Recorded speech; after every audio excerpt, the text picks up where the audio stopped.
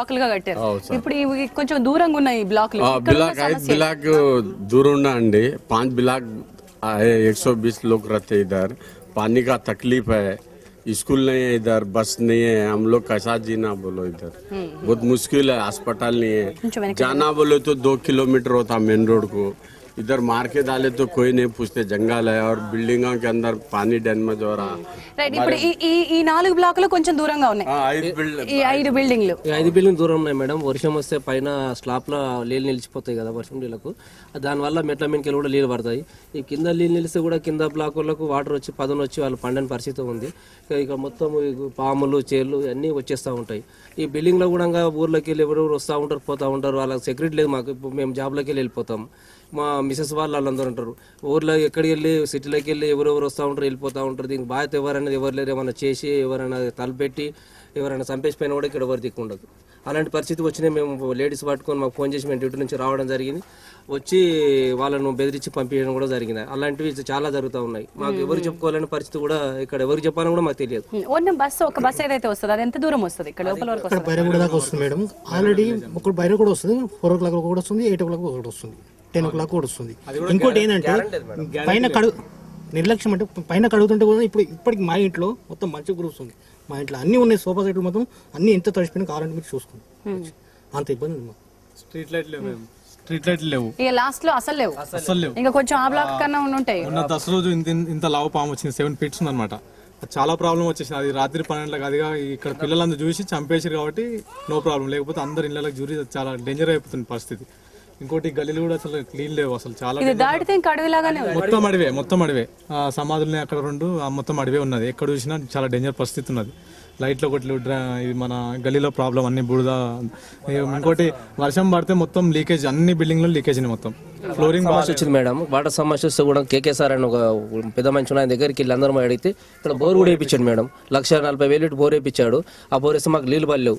మాకు నీళ్ళు సమస్య 15 రోజులకు ఒకసారి మోటార్ కాలిపోతుంటుంది. మేలు అమ్మాయి 10 రూపాయలు జమ చేసుకోవాలి, మళ్ళీ మోటార్ కట్టించుకోవాలి. మాకు గ్రామ పంచాయతీ నుంచి ఎప్పుడు సాయం చేసిందో ఏమి తెలియదు. మాకైతే సాయం చేసి ఉంటారు నరసింహారెడ్డి సార్ కూడా.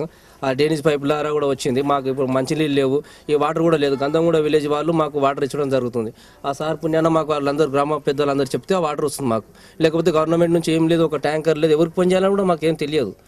ఇప్పుడు గ్రామ పంచాయతీలు వాళ్ళు ఉన్నారు, పెద్ద మనుషులు 2 ఉన్నారు కాబట్టి మాకు సాయం చేస్తున్నారు. ఇంకా వేరే వాళ్ళు ఎవరు సాయం చేయడం లేదు. మాకు ఎవరికి కంప్లీట్ చేయాలని కూడా తెలియదు.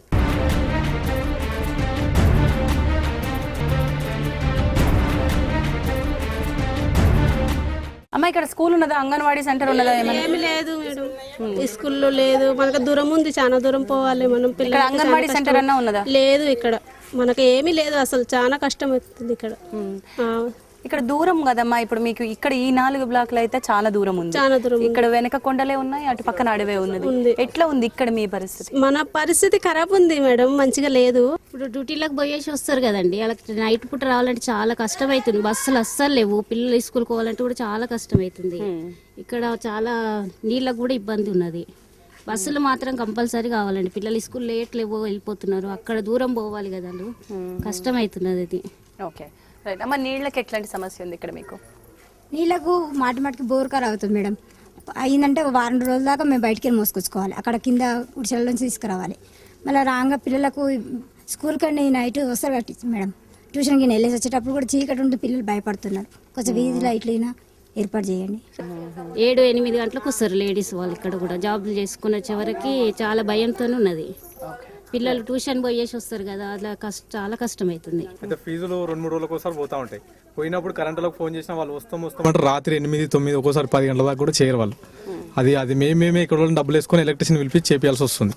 అర్థింగ్ ప్రాబ్లం చేయమంటే వాళ్ళు చేస్తలేరు. అది కరెంట్ బిల్లు మాత్రం చాలా దారుణంగా చేస్తున్నారు. బిల్లులు 200 వచ్చేది 400-500 ఆ విధంగా వస్తుంది. ఒక్క రూమ్ కి ఆ విధంగా వస్తుంది. మహా అయితే స్పందించే అధికారులు ఎవరైనా ఉన్నారంటే ఒక కరెంట్ వాళ్ళు మాత్రమే ఫోన్ అందుతారు తప్ప ఇక హౌసింగ్ వాళ్ళు ఎవరు మామూలుగా వాళ్ళు కూడా టైం కోరాలి. ఒకసారి బ్లాక్ మొత్తం, ఒకసారి నైట్ కూడా లేదు. మళ్ళీ అయింది కానీ చాలా లేట్ గా అనమాట.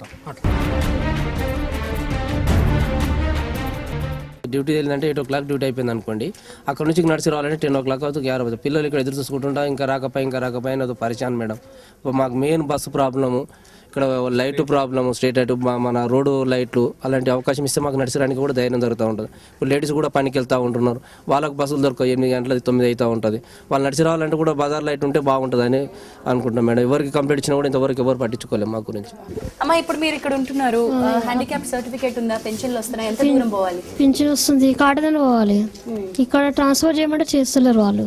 మరి ఇప్పుడు ఈ కష్టం ఎవరు? ఇప్పుడు ఇద్దరు ఉన్నారు సిస్టర్స్, ఇద్దరు కూడా ఫిజికలీ ఛాలెంజ్డ్ ఉన్నారు. మరి మీ పింఛన్ల కోసం కాటేదాని నుంచి ఇక్కడికి మారిస్తే ఈజీగా ఉంటుంది? ఈజీగా ఉంటుంది. ఇక్కడ ఉండడానికి ఇల్లు కూడా లేదు, మా కిరాయికి ఉంటున్నాం. అట్లా. ఓకే, అంటే మీకు అలాట్ కాలేదా ఇది? లేదు, కాలేదు. మీరు అప్లై చేసుకున్నారా? చేసుకున్నాం కానీ రూమ్ రాలే మాకు. ఓకే. ప్రభుత్వ ఆశయం పేదలకి ఇళ్లు ఇవ్వాలి అని, కానీ అదే పేదలకి ఇచ్చేటువంటి ఇళ్లల్లో కాంట్రాక్టర్లు వాళ్ళ జేబులు నింపుకుంటున్నారు, పేదల జేబులు చిల్లులు పడేలా చూస్తున్నారు, పేదల జీవితాలకి తూట్లు పొడుస్తున్నారు. విధానాలు కూడా పేదలకు అనుకూలంగా లేకపోవడంతో ఈ ఇళ్లు ఇచ్చినా కూడా లాభం లేదు, తిరిగి మేము గుడిసెల్లోకి వెళ్ళిపోవడానికి సిద్ధమే అంటున్నటువంటి పేదల బతుకుల్ని ఎవరు పట్టించుకోవాలి? ఇక్కడికి వచ్చి నిజంగా వాస్తవంలో ఉన్నటువంటి కష్టం ఏంటో తెలుసుకుంటే తప్ప అటు అధికారులకి, ప్లానింగ్ స్టేజ్లో ఉన్నటువంటి ప్రణాళికలు వేసేటువంటి మేధావి వర్గానికి పేద బతుకుల్లోని కష్టాలు అర్థం కావు అంటోంది చేతన. చేతనపై మీ అభిప్రాయాలు తప్పకుండా మాకు రాసి పంపించండి. మా చిరునామా